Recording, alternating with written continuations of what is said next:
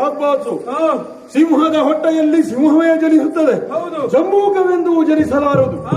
ನನ್ನ ಕುಲರತ್ನ ನೀನು.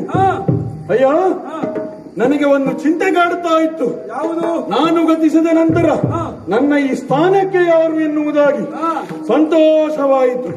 ನಿನ್ನ ವೀರೋಕ್ತಿಯ ಮಾತುಗಳನ್ನು ಕಂಡಾಗ ಎಲ್ಲಿಲ್ಲದ ಸಂತೋಷವನ್ನು ಕೊಟ್ಟವನು ನಾನು. ಅಯ್ಯ, ನೀನು ಈಗ ಮಾಡಬೇಕಾದಂತ ಕೆಲಸ ಏನು? ನಿನ್ನ ಸಾಹಸ ಉಕ್ತಿಗೆ ಮೆಚ್ಚಿದ್ದೇನೆ.